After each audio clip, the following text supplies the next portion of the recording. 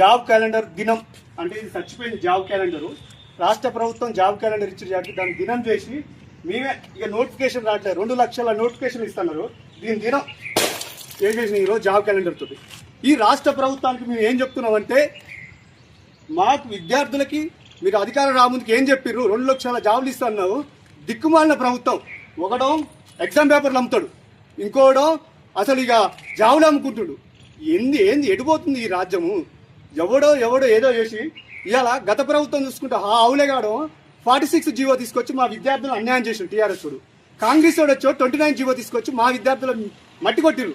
అంటే మీ రాజకీయ లబ్ధుల కోసం మా విద్యార్థుల్ని నిరుద్యోగులను ఆడుకుంటున్నారు. బిడ్డలారా, మిమ్మల్ని ఒక్కరిని కూడా సాధించే ప్రసక్తే లేదు. సిగ్గులేని ప్రభుత్వాలు ఏం చేస్తుందో తెలియట్లేదు.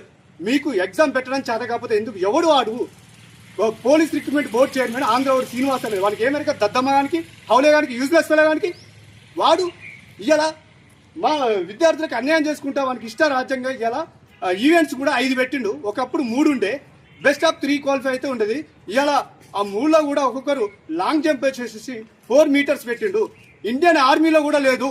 అంటే మీ ఇష్ట రాజ్యంగా చేస్తుర్రా బాబు. మా తెలంగాణ విద్యార్థుల బాధ మీకు ఏమర్థమైంది? ఇలా ఆర్టికల్ 3 లేకపోతే నువ్వు ముఖ్యమంత్రి ఏడ కూర్చుండు. ఆర్టికల్ 3 వల్ల నువ్వు ముఖ్యమంత్రి చైర్లో కూర్చొని పండుకున్నావు. ఇలా మీ విద్యార్థులు ఉద్యమాలు చేయాలంటే ఆర్టికల్ 19ని మీరు కూని చేసి మాకు హక్కు కూడా శాంతియుతంగా చేసుకునే రాజ్యాంగమే చెప్తుంది. మమ్మల్ని కూడా అన్యాయం చేస్తున్నారు. ఇవన్నీ మార్పులు రావాలి. ఇదంతా మార్పు వస్తేనే బాగుంటుంది. మేము ఎందుకని ఊకుంటున్నాం? లేకపోతే ఒక్కొక్కరిని పాతాలకు తొక్కి పండ మీద తొక్కి నారదిస్తాం బిడ్డలారా. 500గా 1000 ఫీట్లకు తొక్కుతాం బిడ్డ. ఎవరినైనా సహించేది లేదు.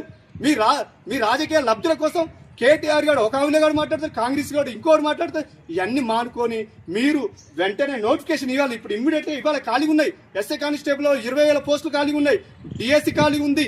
ఫారెస్ట్ బీట్ ఆఫీసర్ ఖాళీ ఉంది. గ్రూప్ 3 ఖాళీ ఉంది. నీకు లెక్కలు చేత కాబట్టి చెప్పు, నేను లెక్కలు ఇస్తా. నీకు ఎల్లెళ్ళ ఖాళీ ఇస్తా. జేఎల్ లేదు, డిఎల్ లేదు. ఏం పీకడానికి ఉన్నారా మీరు ప్రభుత్వంలో? మీకు ఏ పోస్టులో ఖాళీ ఉన్నాయో హిస్టరీ లెక్క మొత్తం తీసుకొచ్చి మేము ముందు పెడతాం. ఎవడొస్తున్నా చర్చకు రండి. నాటకాలు చేస్తే నువ్వు బిడ్డలారా ఒక్కొక్కరిని ఉరికిచ్చుకుంటా కొడతాం, ముట్టడి కూడా చేస్తాం. తెలంగాణ పౌరుషం ఉందో దెబ్బేందో చూపిస్తాం. ఎందుకంటే మీరు మార్పు తెచ్చుకొని ఇకనైనా బుద్ధి తెచ్చుకొని వెంటనే విడుదల చేయాలని మేము మనం చేస్తున్నాం. ఇంకో దరిద్రం ఏంటంటే జీపీఓ ఎగ్జామ్, గవర్నమెంట్ ఎగ్జామ్ చెప్పుకునే ఎగ్జామ్ 2 సార్లు పెట్టిండు. 30 మార్కులు రానివాడు. వాడొక మంత్రి, వాడో ఫాల్తున్నా కొడుకు. ఎందుకురా పీకడానికి కారా?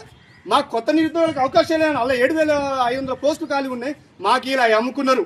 అంటే 10,954 జీపీఓ పోస్టులుంటే, గ్రామ పాలన అధికారి అనే పోస్టులుంటే నీ ఎన్నో ఆశలు పెట్టుకుని చూస్తే అది మా నోటికాడ మన్నుగొట్టిరు. గ్రూప్ 1 అంటే మన్నుగొట్టిరు. దేశ చరిత్రలో 2 హాల్ టికెట్ ఇచ్చిన చరిత్ర మీదే. ఒకే కోటి ఎగ్జామ్ సెంటర్ నుంచి 71 మంది కోల్పోయింది మీరే. అంటే 719 మందికి సేమ్ మార్కులు వచ్చినాయి. ఏంది ఇదంతా? మీ రాజకీయ లబ్ధుల కోసం ఆటలు ఆడుతున్నారు. ఇవన్నీ మానుకుంటే బాగుంటుంది. లేని ఎడలా ఏం చేయాలో మాకు తెలుసు. అంటే సిగ్గులేని కొడుకులారా, మీరు ఎందుకు పోతారు? లుచ్చ రాజకీయ నాయకులారా. ఇలా మా రాష్ట్ర ప్రభుత్వం మేము తెచ్చుకున్న తెలంగాణలో మా విద్యా బడ్జెట్ 7.9 పెట్టుకురు. 23,108 కోట్లు. పక్క రాష్ట్రాల్లో చూసుకుంటే 21%, 22% ఉన్నాయి. ఢిల్లీలో 22%, బీహార్ 21%, హిమాచల్ ప్రదేశ్ 18%, ఛత్తీస్గఢ్ 90% పెట్టిరు. అంటే వాళ్ళదంటే పావులంతా కూడా పెట్టట్లే. ఇదంతా విద్యా వ్యవస్థను కూడా నాశనం చేస్తున్నారు. 1022 గురుకులాలు ఉంటే దాన్ని కూడా ఖరాబ్ చేసి ఫుడ్ పాయిజన్ వస్తుంది.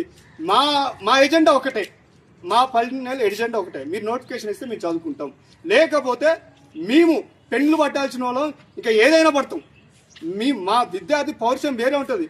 విద్యార్థి తలుచుకుంటే సీఎంనే రాజీనామా చేసిన చరిత్ర ఇదే. ఉస్మానియా యూనివర్సిటీ కాలేజ్ మహారాజు వీరన్న 1994లో నేత్రమల్ జనార్దన్ కూడా రాజీనామా చేసిండు. అప్పుడు డెంటల్ ఫీజులు ఇష్టరాజ్యంగా అమ్ముకోవడానికి పర్మిషన్ ఇచ్చిండు. ఇప్పుడు కూడా ప్రభుత్వాలు ఇష్టరాజ్యంగా జావులు అమ్ముతుర్రు. గ్రూప్ 1 జావులు అమ్మిరు, అన్ని అమ్ముకుంటారు. ఎందుకురా ఆయన మీ రాజకీయాల కోసం ఇవన్నీ మానుకుంటే బాగుంటుంది. లేకపోతే ఎవరిని కూడా వదిలిపెట్టాం బిడ్డలారా.